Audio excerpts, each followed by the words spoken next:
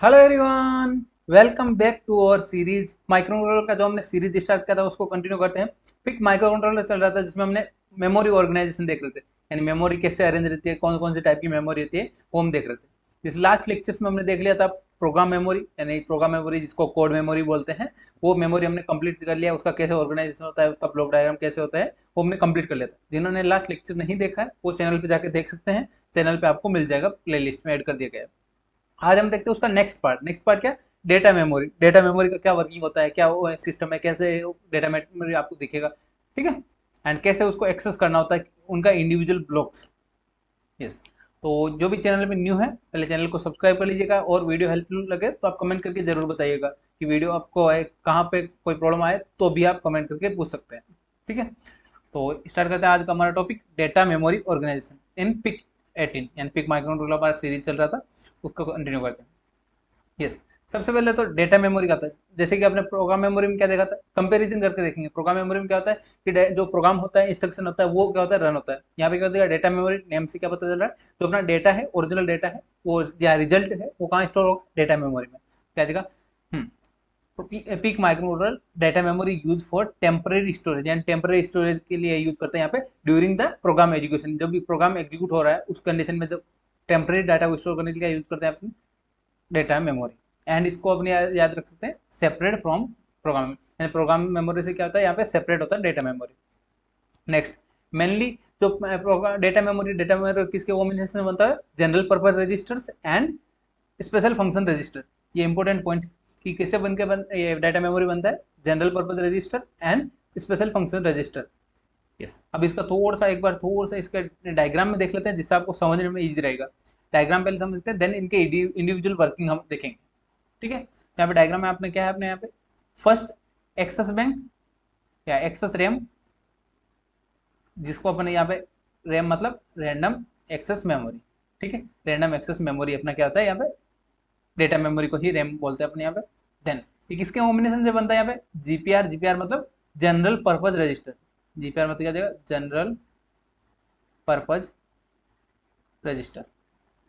ये अपने नेक्स्ट मैंने स्लाइड में लिखा है, ठीक है, general purpose register. Then next क्या है, स्पेशल फंक्शन रजिस्टर। लास्ट का जो बैंक है उसमें क्या होता है, स्पेशल फंक्शन रजिस्टर। एक ही स्पेशल फंक्शन रजिस्टर होता है, रिमेनिंग क्या होता है, general purpose register and general purpose register का कॉम्बिनेशन। Then yes. अब और क्या दिख रहा है यहाँ पे आपको डायग्राम में अपने को दिख रहा है बैंक 1, बैंक 2, बैंक 3। ये क्या होता है अपने बैंक्स के फॉर्म में, यानी बैंक्स क्या हो गया अपने यहाँ पे, जो भी अपना मेमोरी होता है, डेटा मेमोरी होता है, इसके फॉर्म में ऑर्गेनाइज होता है बैंक्स के फॉर्म में, यानी अलग अलग सेक्शन बना रखे हैं, बैंक 1, बैंक 2, बैंक 0 ऐसे। क्या है अपना 15, बैंक 0 से बैंक 15, यानी 16 बैंक्स अपने पास अवेलेबल है यहाँ पे। 16 बैंक्स जो किसके लिए यूज करते हैं, यानी डिफरेंट डिफरेंट एड्रेस के लिए, एड्रेस रेंज के लिए हमने क्या डिफाइन कर रखा है, बैंक्स डिफाइन कर रखे हैं। यानी बैंक 0 का जो रेंज है वो इतना रेंज होगा, बैंक 1 ऐसे रेंज, यानी उनका रेंजेस फिक्स कर रखे हैं। एंड जितना रेंज में, यानी सभी अपने प्रोग्राम मेमोरी जो भी प्रोग्राम से एड्रेस है उनको क्या करते हैं हमने यहाँ पे बैंक्स में डिवाइड कर रखा है। तो यहाँ पे डेटा मेमोरी क्या होता है, बैंक्स असेंबल, यानी बैंक्स ऑर्गेनाइज होती है, यानी बैंक्स के फॉर्म में अरेंज होती है। किसको अरेंज करते हैं, general purpose register and special function register. Then उसके बाद एक यहाँ पे 16 बैंक्स हो गए। देन एक इंपॉर्टेंट बैंक होता है जिसको एक्सेस बैंक बोलते हैं। एक्सेस बैंक मतलब कि जो भी बैंक्स होते हैं, अपन डायरेक्ट अगर बैंक से या जो बैंक से बैंक 0, बैंक 1 उनको सेलेक्ट करने के लिए हमें ये रिक्वायरमेंट होती है BSR, यानी बैंक सेलेक्ट रजिस्टर।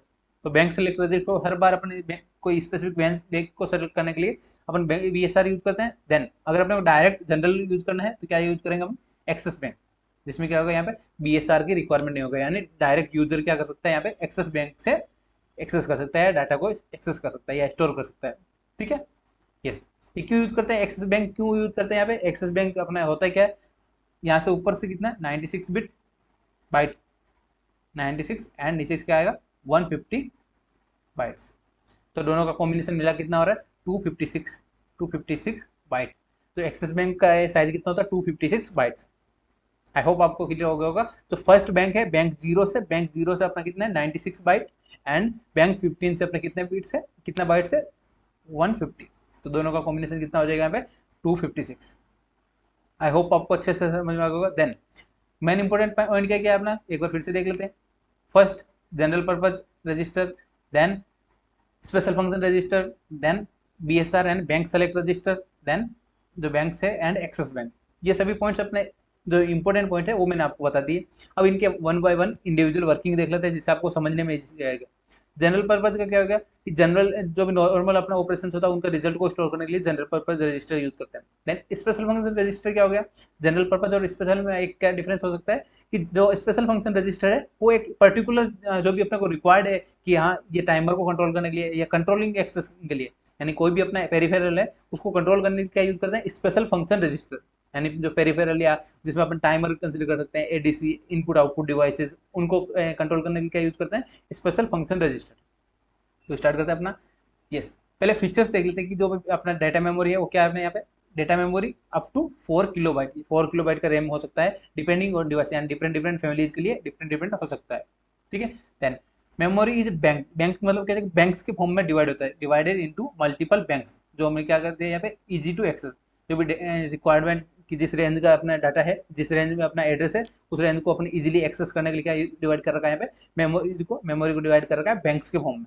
कितने बैंक है अपना यहाँ पे, 16 बैंक, 0 से 15, क्या जाएगा 0 से 15 कितना हो गया, 16 बैंक अवेलेबल है यहाँ पे। देन एड्रेस क्या है अपना, एड्रेस है 00H से FFF से, यहाँ पे क्या जाएगा अपना कि अपना जो एड्रेस है, जो डाटा मेमोरी है उसका एड्रेस बता रखा है। देन फर्स्ट पार्ट कंटेन यानी स्पेशल फंक्शन रजिस्टर, यानी जो स्पेशल फंक्शन रजिस्टर है जो फर्स्ट पार्ट में है। देन रिमेनिंग पार्ट क्या जाएगा, जनरल पर्पज रजिस्टर, जो मैंने आपको बताया था डायग्राम में, यहाँ पे डायग्राम में देख सकते हैं, special function register and general purpose register, ये हो गया बैंक्स को डिवाइड करने का। Then access through bank select register, यानी जो मैंने आपको बताया जो बैंक है, जो बैंक्स को कैसे सेलेक्ट करते हैं, बैंक सेलेक्ट रजिस्टर की हेल्प से क्या करते हैं अपने एक्सेस करते हैं। यस, ये हो गया। नेक्स्ट अब बात करते हैं मेमोरी बैंक्स, यानी जो बैंक्स है उनको क्या है, इतना जैसे मैंने आपको बता दिया data memory divided into 16 banks, जितना ये टोटल कितना हो गया 256 बाइट्स। देन ईच 256, यानी एक बैंक में कितना है मेमोरी स्टोरेज है 256 bytes. Then total data memory कितना देगा बाइट्स के फॉर्म में, यानी 16 बैंक है इनटू एक बैंक का कितना 256, तो यहाँ पे टोटल कितना गया 4096 बाइट। ठीक है, हो गया अपना डेटा मेमोरी का साइज हो गया। आई होप आपको समझ में आ गया होगा कि एक 16 बैंक है एंड एक बैंक का कितना है 256 बाइट साइज है, वो साइज के अकॉर्डिंग क्या दिखा यहाँ पे 4096, जिसको 4 किलोबाइट कंसिडर कर सकते हैं, 4 किलोबाइट बोल सकते हैं। Then each location are addressable, address कहाँ से कहाँ तक 00H से FFH, यानी ईच बैंक से जितने क्या जाएगा, लाइक बैंक जीरो लिया, बैंक जीरो में क्या है अपना एड्रेस 00H से स्टार्ट हो गए FFH तक। ठीक है, हेक्साडेसिमल कोड है, हेक्साडेसिमल एड्रेस है, तो ये क्या होता है अरेंज रहता है ईच एंड एवरी वन में, सभी भी क्या जगह सेम रहेगा। बैंक वन के लिए क्या जाएगा, बैंक वन के लिए भी सेम 00H से FFH तक। ठीक है, तो बैंक्स के जो लोकेशन है, लोकेशन को या एड्रेस को यहाँ पे डिफाइन करते हैं। 10 बैंक जीरो से, यहाँ पे 16 बैंक में एक क्या अदर फीचर है, 0 से 14 तक मोस्टली जनरल पर्पज रजिस्टर, जैसे हमने डायग्राम में देख लिया था। यस, डायग्राम में आपने देखा था यहाँ पे 0 से 14 तक, ये क्या अपना जनरल पर्पज रजिस्टर। देन 15 वाला क्या अपना यहाँ पे bank 15 is contain special function register, यानी स्पेशल वर्क या कंट्रोलिंग एक्शन के लिए कौन से फंक्शन रजिस्टर यूज करते हैं, स्पेशल फंक्शन रजिस्टर। तो बैंक नंबर 15 क्या है अपना स्पेशल फंक्शन रजिस्टर से मिलकर बना है, एंड 0 से 14 क्या है अपना जनरल पर्पज रजिस्टर। ये हो गया हमारा बैंक्स, यानी मेमोरी में जो बैंक्स होते हैं उनके बारे में।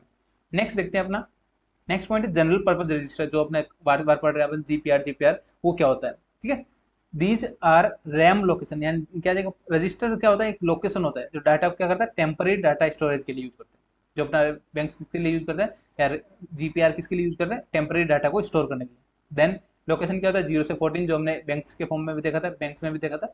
देन यूज फॉर प्रोग्राम में, यानी प्रोग्रामर क्या यूज करता है यहाँ पे वेरिएबल डिफाइन करने के लिए, इंटरमीडिएट रिजल्ट को डिफाइन करने के लिए, स्टोर करने के लिए, एंड स्टैक यूज को डिफाइन करने के लिए, स्टोर करने के लिए यहाँ पे यूज करते हैं। यानी प्रोग्रामर यूज किसके लिए करते हैं, वेरिएबल डिफाइन करने के लिए, इंटरमीडिएट रिजल्ट डिफाइन करने के लिए, एंड स्टोर करने के लिए, स्टैक स्टोर या स्टैक यूजेस को डिफाइन करने या स्टोर करने के लिए यूज करते हैं। ये क्या हो गया जनरल पर्पज रजिस्टर, यानी किस पर्पज के लिए अपन यूज करते हैं, नॉर्मल पर्पज जब भी अपना रिजल्ट स्टोर करना है उसके लिए अपन यूज करते हैं जीपीआर। देन एग्जाम्पल क्या देगा, जब अर्थमेटिक एंड लॉजिकल जब भी कोई एडिशन कर रहे हैं, सिंपल देखते हैं कि अर्थमेटिक एंड लॉजिकल एएलयू का क्या होता है कि एडिशन कर रहे हैं, एडिशन का वर्क क्या देगा, जो भी दो नंबर का एडिशन कर रहे हैं उसका रिजल्ट कहाँ स्टोर होगा, वो जनरल पर्पज रजिस्टर में स्टोर होगा। आई होप आपको अच्छे से समझ में आ गया होगा कि जीपीआर क्या होता है। नेक्स्ट क्या अपना स्पेशल फंक्शन रजिस्टर SFR, यानी स्पेशल फंक्शन नाम से ही पता चल रहा है कि इससे किसी स्पेशल फंक्शन के लिए यूज करेंगे। तो यहाँ पे क्या दिखा, लोकेशन क्या होता है बैंक 15 में, तो बैंक 15 में अपना लोकेशन होता है, बैंक 15 का यहाँ रेंज बता रखा है। Then these are control register, यानी जो भी कंट्रोल एक्शन के लिए यूज करते हैं यहाँ पे कंट्रोल रजिस्टर, यानी टाइमर के लिए अलग अलग जो भी पेरिफेरल है यहाँ पे दिखा हुआ है। Each peripheral like input output timers ADC UART interrupt, ये क्या था इनके लिए, इनको कंट्रोल करने के क्या यूज करते हैं, special function registers.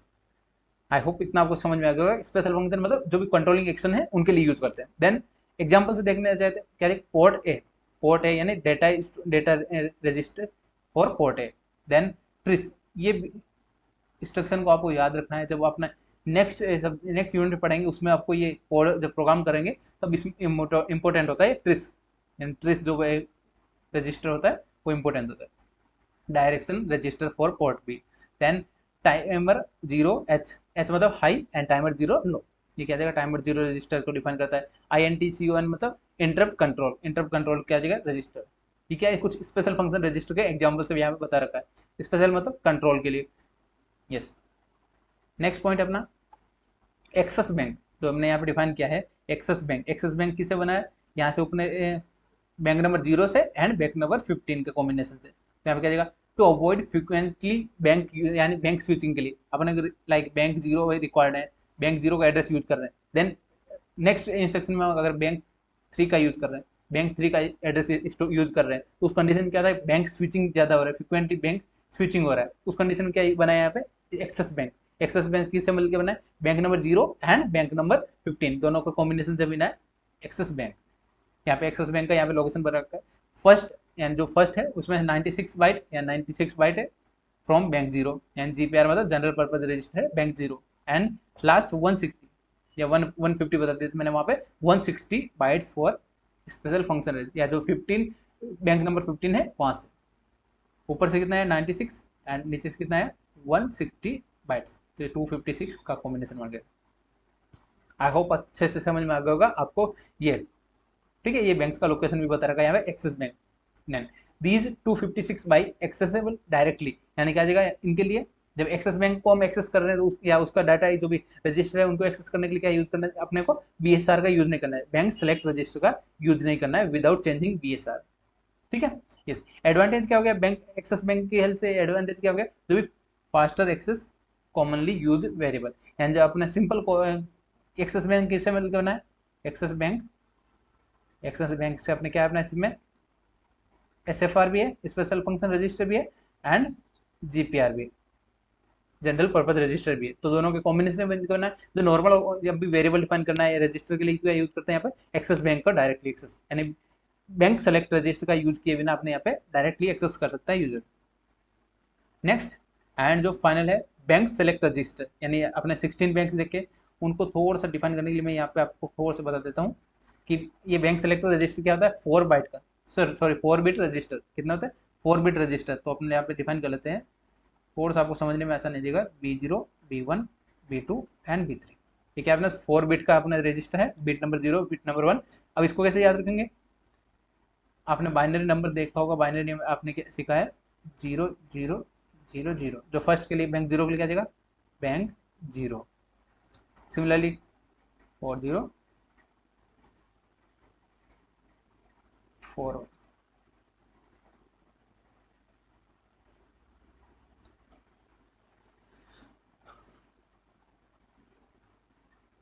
Yes, banks के लिए क्या आ जाएगा यहाँ पे, बैंक्स के यहाँ पे 4 बिट रजिस्टर होता है। 4 बिट रजिस्टर किसके कॉम्बिनेशन कितना होता है 16 बैंक के लिए, यानी डिफरेंट अपने 000S से यहाँ पे कितने तक जाता है FFFH, इसको यहाँ पे 111 लिख सकते हैं, यहाँ पे 1111। ये क्या आता है डिफरेंट बैंक्स के लिए, ये बैंक 0 के लिए हो गया, बैंक 0 नेक्स्ट ये क्या हो गया बैंक 15 के लिए, यानी डिफरेंट के लिए आप डिफाइन कर सकते हैं। ये बाइनरी नंबर होते हैं, बाइनरी नंबर आप इजीली आपको पता होगा बाइनरी नंबर का। ठीक है, नेक्स्ट और क्या होता है यहाँ पे ए बिट, ये क्या था एक इंस्ट्रक्शन होता है ए बिट, उसके लिए क्या आता है इंस्ट्रक्शन 4, या कौन सा बैंक सेलेक्ट करना है उसके लिए क्या आता है A=0 होगा। अगर इंस्ट्रक्शन A=0 हुआ तो क्या देगा एक्सेस बैंक को सेलेक्ट करेंगे, जो एक्सेस बैंक हमारा क्या आता है जिसके लिए BSR का रिक्वायरमेंट नहीं होता।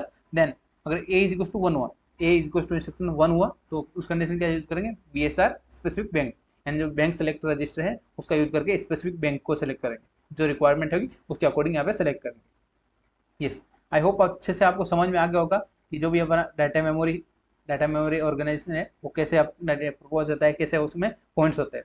ठीक है, यस, ये था अपना data memory in PIC microcontroller. तो अच्छे से देख लिया हमने कि वन बाय वन उनका वर्किंग इजीली समझ में आना चाहिए आपको, डायग्राम देखते ही आपको समझ में आ जाना चाहिए उनका नाम अकॉर्डिंग स्पेशल फंक्शन रजिस्टर है, जनरल पर्पज रजिस्टर है एंड बैंक सेलेक्ट रजिस्टर। ठीक है, ये था अपना डेटा मेमोरी। इसमें आपको कोई भी डाउट हो जाए तो आप कमेंट करके पूछ सकते हैं, एंड कमेंट करके जरूर बताइएगा कि आपको वीडियो कैसा लगा, एंड अपने फ्रेंड्स तक भी शेयर कर दीजिएगा। और व्हाट्सएप ग्रुप ज्वाइन कर लीजिएगा, वहाँ पे आपको जल्दी से जल्दी अपडेट मिलते रहता है। डिस्क्रिप्शन में आपको लिंक मिल जाएगा व्हाट्सएप ग्रुप का। यस, मिलते हैं नए टॉपिक के साथ नेक्स्ट वीडियो में। Thank you for watching.